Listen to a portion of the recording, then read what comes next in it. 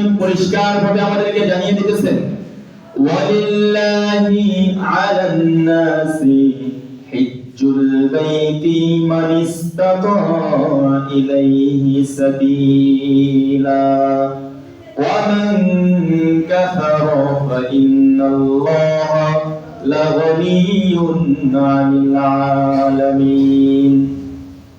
ওয়ালিল্লাহি আলান নাসি হিজ্জুল বাইতি মান ইসতাতা ইলাইহি সাবিলা, মানুষের মধ্যে যাদের সামর্থ্য আছে, মানুষের মধ্যে যাদের সামর্থ্য আছে সেই ঘরে পৌঁছানোর, অর্থাৎ মক্কায় যাওয়ার যাদের সামর্থ্য আছে, কাবা ঘরে যাওয়ার যাদের সামর্থ্য আছে, আলান নাসি যাদের সামর্থ্য আছে, আলান নাসি ওই সমস্ত মানুষের জন্য, ইলাইহি সাবিলা আল্লাহর সন্তুষ্টির উদ্দেশ্যে এই গৃহকে, এই ঘরকে তাওয়াফ করা তাদের জন্য, হজ করা তাদের জন্য ফরজ।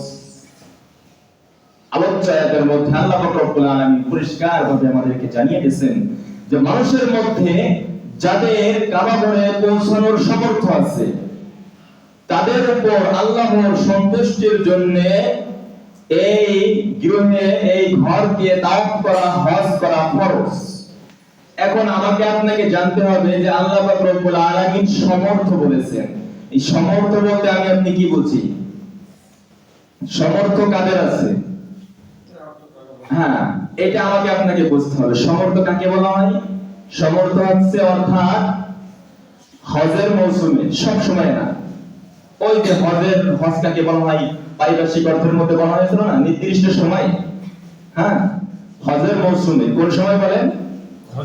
হজের মৌসুমে যদি কোনো মানুষের কাছে কাবা ঘরে যাওয়া এবং আসার অর্থ থাকে, শুধুমাত্র তাই না, এবং এই কয়েকদিন, যে কয়েকদিন কাবা ঘরে যাবে এবং আসবে, যে কয়টা দিন সে সফরে থাকবে, হজে থাকবে, এই কয়টা দিন তার পারিবারিক স্বাভাবিক খরচ খরচার মতন অর্থ যার কাছে আছে। কয়েকটা কথা। একটা কথা হচ্ছে আপনার মক্কায় যে বাড়িতে আসার অর্থ আছে এবং মক্কায় যাবে এবং আসবে, প্রতিমধ্যে যেই কয়টা দিন সে থাকবে, এই কয়টা দিন তার পারিবারিক স্বাভাবিক খরচ খরচার মতন অর্থ যার কাছে আছে তার জন্য হজ করা ফরজ। কার জন্য বলেন? এই শ্রেণীর মানুষের জন্য হজ করা ফরজ। এমন হতে পারে যে আমার আপনার মক্কায় যাওয়া এবং আসার অর্থ আছে, সম্পদ আছে, টাকা আছে, কিন্তু এই যে কয়টা দিন আমি আপনি হজে থাকবো, সফরে থাকবো, কিন্তু এই বাড়িতে আমার পারিবারিক যে সমস্ত মানুষ আছে, আমার ছেলে সন্তান, বিবি বাল বাচ্চা যারা আছে, এদের স্বাভাবিক খরচ খরচার মতো অর্থ আমার কাছে নাই, তাহলে আমার উপরে হজ ফরজ না। আবার হজটা কেমন একটা ইবাদত যে শুধুমাত্র আমার আপনার অর্থ থাকলে হবে না, আমার আপনার শারীরিক সামর্থ্য, ক্ষমতা থাকতে হবে। হজের যে সমস্ত হুকুম আহকাম আছে, তওয়াফ করা, জিয়ারত করা, 7টা গল্লি দেওয়া, কঙ্কর মারা, পাথর মারা, এই সমস্ত সামর্থ্য শক্তি যদি আমার আপনার না থাকে তাহলে আমার আপনার জন্য হজ ফরজ না। তাহলে আমি আপনি কি বুঝতে পারলাম?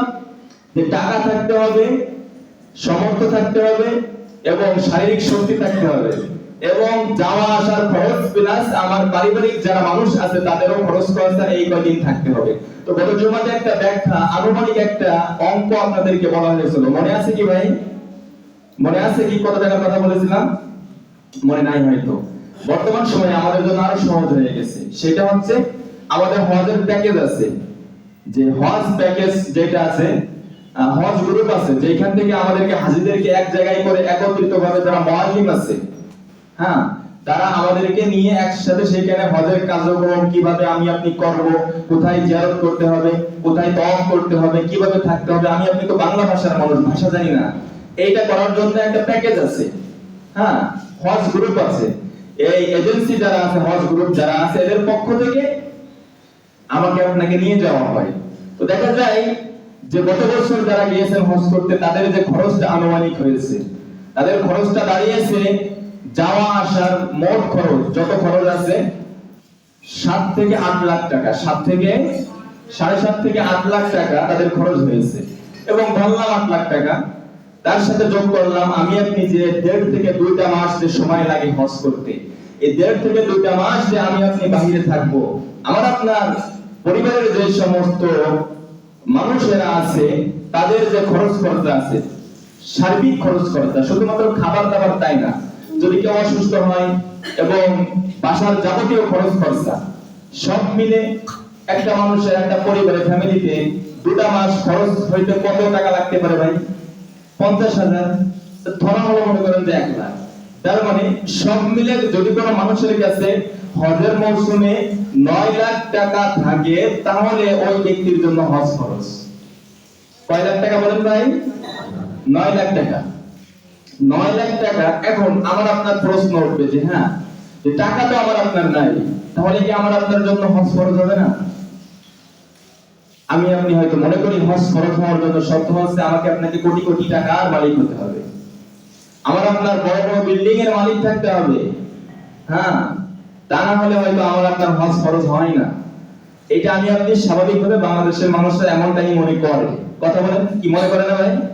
এমনটাই মনে করে। কিন্তু হাদিসের মধ্যে, হাদিসের দিকে তাকাইলে বোঝা যাচ্ছে ভিন্ন একটা বিষয়। সেটা কেমন? বলতেছেন এমন কিছু মানুষেরা আছে যারা কোটি কোটি টাকার মালিক না, কিন্তু তাদের উপরে হজ ফরজ হয়েছে, তাদের জন্য হজ ফরজ। তারা কারা? বলতেছেন আমার আপনার একটা ফ্যামিলি চলতে গেলে, কি কি জিনিসের প্রয়োজন হয় ভাই? সুন্দর একটা থাকার জন্য, বসবাস করার জন্য একটা বাড়ি, এবং চাষবাস করার জন্য আমার আপনার একটা চাষী জমি লাগবে, নাকি আবাদি একটা জমি লাগবে। এই আবাদি জমি এবং আমার আপনার চলাচল করার জন্য সর্বোচ্চ একটা গাড়ি, বাজার ঘাটে যাওয়ার জন্য, এক কথায় আমার আপনার মৌলিক চাহিদার যে অতিরিক্ত যে সম্পদটা আমার আপনার থাকবে। মৌলিক চাহিদা বলতেই বসবাস করতে একটা ঘর লাগে, এবং খাইতে পড়তে কিছু, এরকম আবাদ করতে কিছু জমি লাগে, এই যে মৌলিক চাহিদা, এবং চলাচল করার জন্য একটা গাড়ি বা ব্যবসা বাণিজ্যের জন্য একটা দোকান, যাই কিছু বলেন না কেন, এক কথায় আমার আপনার যেটা ব্যবহার করার জন্য লাগে, এইটা বাদে অতিরিক্ত যে সম্পদ আছে আমার আপনার, মনে করেন আমার আপনার চাষাবাদ করার জন্য 1 থেকে 2 বিঘা সম্পদ হইলে, 1 থেকে 2 বিঘা জমি হইলে আমি আপনি আবাদ করে আমার আপনার সারা বছর আমার আপনার জীবিকা চলে যায়, রিজিক হয়ে যায়। কিন্তু আমার আপনার সম্পদ আছে 5 বিঘা অথবা 7 বিঘা, 10 বিঘা, যাই বলেন না কেন, এই প্রয়োজনের অতিরিক্ত যে সম্পদটা আছে, যে জমিটা আছে, এই জমির উপরে, এই জমি এখন আমাকে আপনাকে বিক্রি করে আমার আপনার জন্য হজে যাইতে হবে, এটা হচ্ছে খরচ। এটা আমি আপনি অনেকেই জানি না। আবার এমন আছে বিষয়টা, আমার আপনার এমন কিছু গাছ আছে যে গাছটা আমার আপনার কোনো কাজে লাগে না, গাছ শুধু আমি আপনি লাগিয়ে রাখছি, ওই গাছটা বড় হয়ে গেছে, এক একটা গাছের দাম মনে করেন যে 50 থেকে 60,000, 1 লাখ টাকা পর্যন্ত হয়ে গেছে। এমন যদি 5 থেকে 10টা গাছ আমার আপনার থাকে, তাহলে এই গাছ বিক্রি করে আমার আপনার জন্য হজ খরচ। অথচ কিন্তু আমি আপনি কোটি কোটি টাকার মালিক না ভাই, আমার আপনার কিন্তু দালান বাড়ি, বিল্ডিং বাড়ি কিন্তু আমার আপনার নাই, তারপরেও কিন্তু আমার আপনার জন্য হজ খরচ হয়েছে। হজের মধ্যে আর যাকাতের মধ্যে পার্থক্য আছে। গত জুমাতে বলা হয়েছিল যাকাতের জন্য শর্ত আছে আমার আপনার যে কোনো নির্দিষ্ট পরিমাণ সম্পদ আমার আপনার চন্দ্র মাসের 1 বছর অতিক্রম হইতে হবে। অতিরিক্ত টাকা আমার আপনার বর্ধিত যে টাকাটা আছে, প্রয়োজন বাদে যে টাকাটা আছে, এই টাকাটা আমার আপনার অতিরিক্ত আমার আপনার দানি থাকতে হবে 1 বছর, তাহলে তারপরে যাকাত খরচ হবে। কিন্তু হজের জন্য তা না। হজের জন্য শর্ত হচ্ছে আমার আপনার যে হজের যে সময়টা আছে, এই যে বর্তমান সময় চলতেছে, যে মুহররম মাস থেকে নিয়ে শুরু হয়ে গেছে, এই হজের যে সময়টা আছে, এই সময়ের মধ্যে যদি আমার আপনার কাবা ঘরে যাওয়া এবং আসা এবং বাড়ির যত মানুষেরা আছে তাদের খরচ খরচা বহন করার মতন সমর্থ সম্পদ যদি আমার আপনার কাছে থাকে, তাহলে আমার আপনার জন্য হজ খরচ। বিষয়টা বুঝতে পারলাম ভাই? কথা বলেন, সবাই বুঝতে পারলাম? এটা হচ্ছে হজের মাসালা। তাহলে একটু আমি আপনি ভেবে দেখি যে কার কার উপরে হজ খরচ হয়েছে, আমার আপনার উপরে হজ খরচ হয়েছে কি হয় নাই, তাহলে আমি আপনি বুঝতে পারবো। তো আয়াতের মধ্যে আল্লাহ পাক রব্বুল আলামিন বলতেছেন যে মানুষেরা যখন তাদের মরণ চলে আসবে, মৃত্যু চলে আসবে, যখন তারা মৃত্যুবরণ করবে, একেবারে মৃত্যু সজ্জায় মরণশীল অবস্থায় তাদের অবস্থা, এই সময়ে মানুষেরা শুধুমাত্র দুইটা আমলের বিষয়ে আফসোস করতে থাকবে। কয়টা আমল বলেন ভাই? কথা বলেন, কয়টা আমল? দুইটা আমল। আয়াতের মধ্যে আল্লাহ পাক রব্বুল আলামিন পরিষ্কারভাবে বলতেছেন, মিন ক্বাবলি আন ইয়াতিয়া আহাদাকুমুল মাউত فيقول رب لولا أخرتني إلى أجل قريب فأصدق وأكن من الصالحين من قبل أن يأتي أحدكم الموت আল্লাহ পাক রব্বুল আলামিন বলতেছেন, তোমাদের মধ্যে যখন কারোর মরণ চলে আসবে, আইয়াতি আহাদাকুমুল মাউত, এই মরণ আসার আগে তোমরা আমার রাস্তায় খরচ করো, আমার রাস্তায় যাকাত দাও এবং হজ পালন করো। অথবা যদি তোমরা এই হজ আদায় না করো, যে দুইটা আমলের কথা বলেছিলাম, যে মানুষেরা দুইটা আমলের বিষয়ে আফসোস করবে মরণের সময়, আল্লাহকে বলবে ফায়াকুলু রাব্বি, হে আমাদের প্রতিপালক, ওগো আমাদের রব, লাউলা আখরতানি ইলা আজালিন করিব, আমাকে আরেকটু সময় দাও, আরেকটু সুযোগ দাও, ইলা আজালিন করিব ফাআসসাদদাকা ওয়া আকুন মিনাস সালিহিন, আমি আপনার রাস্তায় দান করি, আমি আপনার রাস্তায় সদকা করি, আমি আপনার রাস্তায় যাকাত দিয়ে হজ করে, ওয়া আকুম মিনাস সালিহিন, নেককারদের সালিহিনদের অন্তর্ভুক্ত হয়ে যাব। তারা যদি এই কয়েকটা কাজ না করে, যদি যাকাত না দেয়, যদি হজ না করে, যদি দান সদকা না করে, তারা মানুষকে এই মরণ যখন চলে আসবে তখন তারা আল্লাহকে ডেকে ডেকে বলবে, ওগো আল্লাহ আমাকে আরেকটু সুযোগ দাও, আল্লাহ আমাকে আরেকটু সুযোগ দাও, আমি যেন হজ করে আসতে পারি, আল্লাহ আমাকে আরেকটু সুযোগ দাও, আমি যেন যাকাতটা আদায় করতে পারি, আল্লাহ আমাকে আরেকটু সুযোগ দাও, আমি যেন দান সদকা করে নেককারদের অন্তর্ভুক্ত হতে পারি। আল্লাহ পাক রব্বুল আলামিন অপর আয়াতের মধ্যে জানাই দিতেছেন, ওয়ালাই ইউআখিরাল্লাহু নাফসান ইযা জাআ আজালুহা ওয়াল্লাহু খবীরুম বিমা তা'মালুন। ওয়ালাই ইউআখিরাল্লাহু নাফসান ইযা জাআ আজালুহা, আল্লাহ তাআলা বলতেছেন, যখন মানুষের সময় শেষ হয়ে যাবে, ইযা জাআ আজালুহা লা ইস্তাখিরুনা সাআতাও ওয়া লা ইস্তাকদিমুন, বিন্দু মাত্র সময় সুযোগ তাকে দেওয়া হবে না, বিন্দু মাত্র সময় তাকে দেওয়া হবে না। লা ইস্তাখিরুনা, অপর আয়াতের মধ্যে আল্লাহ তাআলা বলেছেন, লা ইস্তাখিরুনা সাআতাও ওয়া লা ইস্তাকদিমুন, এক মিনিট আগে তার জীবনটা, তার জানটা নেওয়া হবে না, ওয়া লা ইস্তাকদিমুন ওয়া লা ইস্তাখিরুন, এবং এক মিনিট পরেও তার জীবনটা নেওয়া হবে না। নির্দিষ্ট সময়, নির্ধারিত সময় যার যখন ফুরিয়ে যাবে, যার যখন মরণ চলে আসবে, এক মিনিট আগেও তার জানটা কব্জ করা হবে না, এক মিনিট পরেও তার জানটা নেওয়া হবে না, কোনো সময় দেওয়া হবে না। আমি আপনি যতই আল্লাহর কাছে সময় চাই না কেন, যে আল্লাহ একটু সুযোগ দাও, দান সদকা করে আসি, আল্লাহ একটু সুযোগ দাও, আমাকে এত টাকা পয়সা দিয়েছিলে আল্লাহ, আমি যাকাত দিতে পারি নাই, আল্লাহ আমি হজ করতে পারি নাই, আল্লাহ আমাকে একটু সুযোগ দাও, আমি যেন হজটা আদায় করে আসতে পারি। আল্লাহ তাআলা বলবেন যে না, তোমাকে আর সুযোগ দেওয়া হবে না, আর সুযোগ দেওয়া হবে না।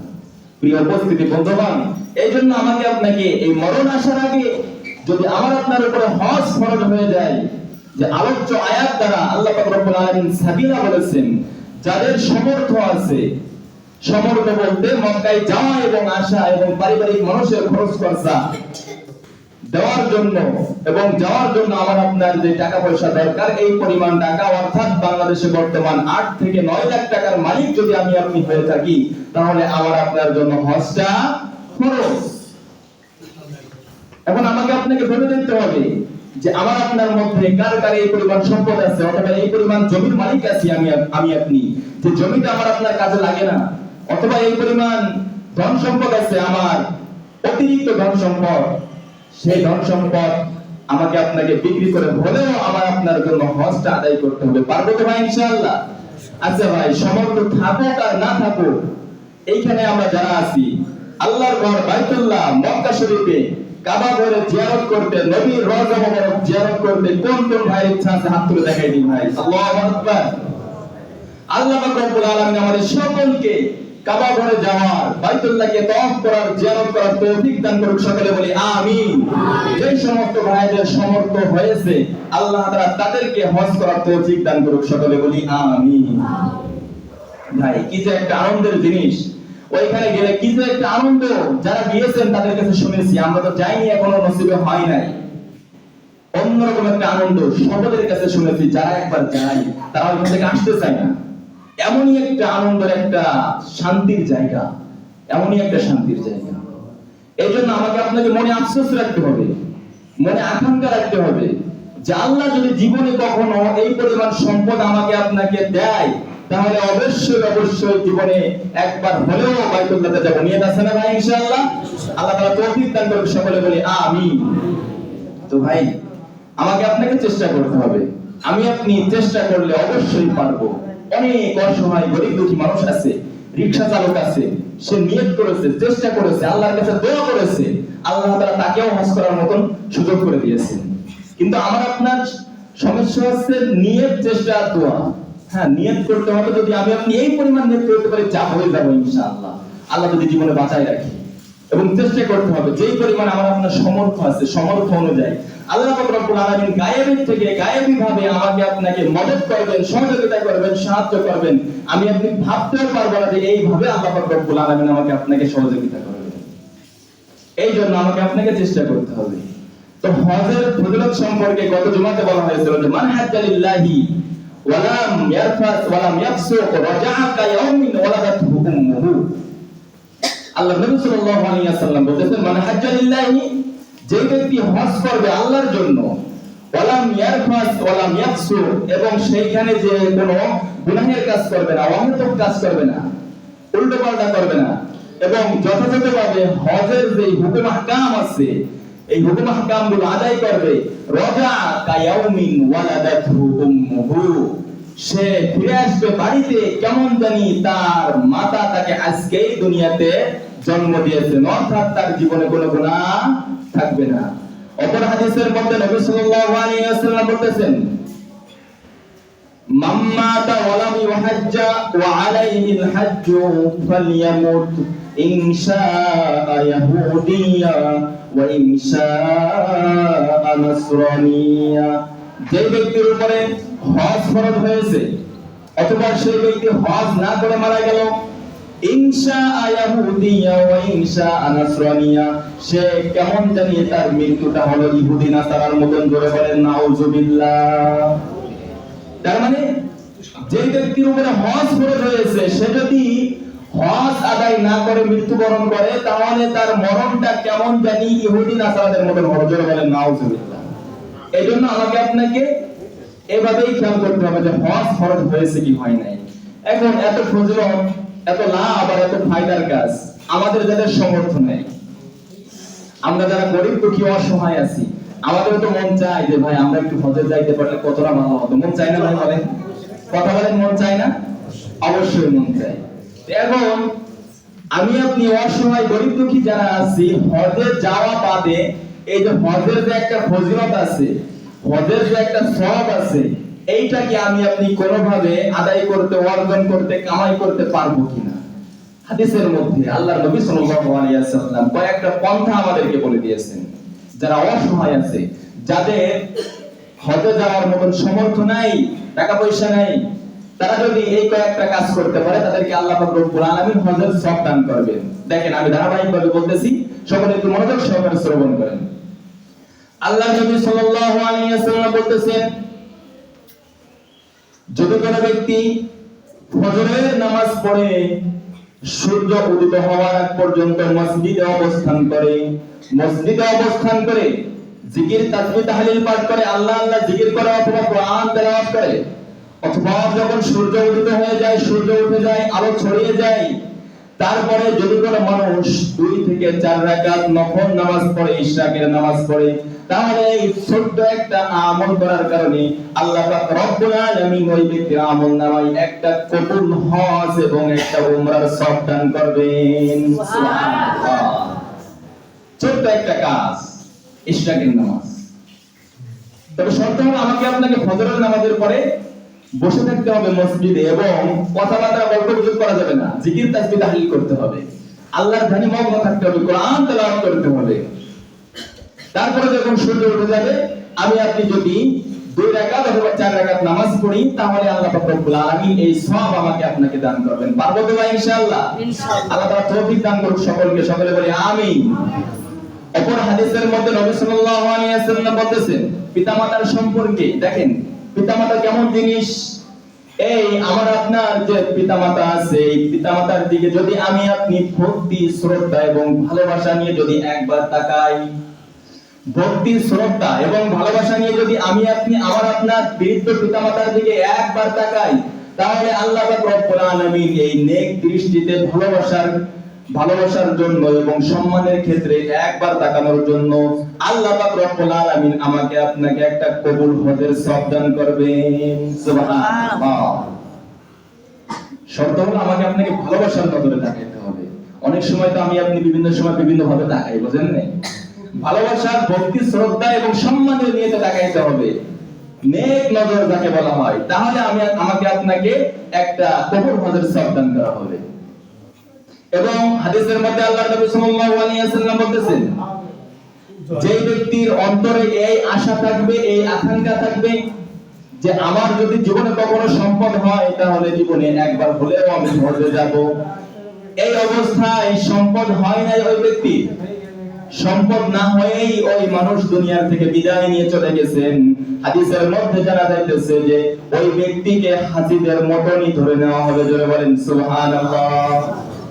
হাজিদের মতনই তাকে ধরে নেওয়া হবে।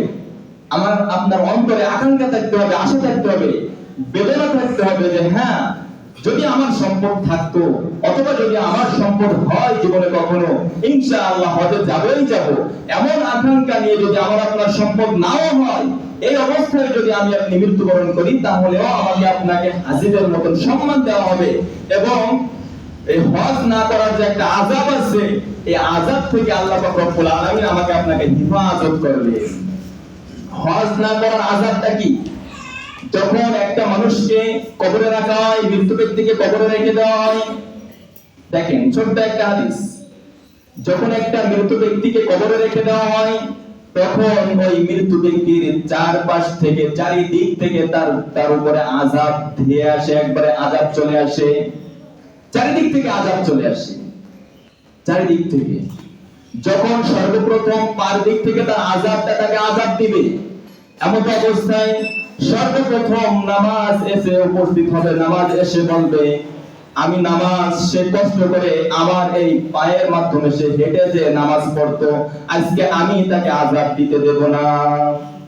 আবার যখন মাথার দিক থেকে মৃত ব্যক্তিকে আযাব দেওয়া হবে, আযাব মাথার দিক থেকে ওই মৃত ব্যক্তিকে আযাব দেওয়ার জন্য আসবে, এমন অবস্থায় আমার আপনার রোজা মাথার দিকে চলে আসবে, আমার আপনার রোজা মাথার দিকে এসে বলবে যে না আমি রোজা, এই ব্যক্তি না খেয়ে আমাকে রোজা রেখেছেন, উপবাস রেখেছেন, আজকে আমি তাকে আযাব দিতে দেব না। আবার যখন ডান দিক থেকে ওই ব্যক্তিকে আযাব দেওয়ার জন্য আযাব চলে আসবে, ডান দিক থেকে আমার আপনার যাকাত এসে বলবে আমি যাকাত, এই ব্যক্তি তার ধন সম্পদ থেকে আমাকে যাকাত দিয়েছে, আজকে আমি এই ব্যক্তিকে আযাব দিতে দেব না। আবার যখন বাম দিক থেকে তাকে আযাব দিতে আসবে আযাবে, ওই সময় আমার আপনার হজ এসে বলবে যে আমি হজ, এই ব্যক্তি আমাকে হজ করেছে, আজকে আমি থাকাকালীন এই ব্যক্তিকে আমি আযাব দিতে দেব না। ওই সময় আযাব নামক যে জিনিসটা আছে, ওই আযাবটা নিরুপায় হয়ে একেবারে নিরুপায় হয়ে সে চলে যাবে এবং এই মৃত ব্যক্তি কবরে অনন্তকাল শান্তিতে বসবাস করতে পারবে। সুবহানাল্লাহ। তাহলে আমাকে আপনাকে এই হজ করার দরকার আছে না নাই বলেন ভাই? এই হজের আমল করার দরকার আছে না নাই? অবশ্যই আছে। আল্লাহ পাক রব্বুল আলামিন আমাকে আপনাকে এই হজ করার মতন সমর্থ তৌফিক দান করুক, সকলে বলি আমিন। আল্লাহ তাআলা জীবনে একবার হলেও আমাকে আপনাকে ওই বাইতুল্লাহ শরীফ না দেখিয়ে আমাদের দয়ার নবী, মায়ার নবী, ভালোবাসার নবী, প্রিয় নবী আমার আপনার মুহাম্মদুর রাসূলুল্লাহ সাল্লাল্লাহু আলাইহি ওয়াসাল্লামের রওজা মোবারক না দেখে আমি আপনি যেন দুনিয়া থেকে বিদায় না হই, সে তৌফিক আল্লাহ পাক রব্বুল আলামিন আমাকে আপনাকে দান করুক, সকলে বলি আমিন।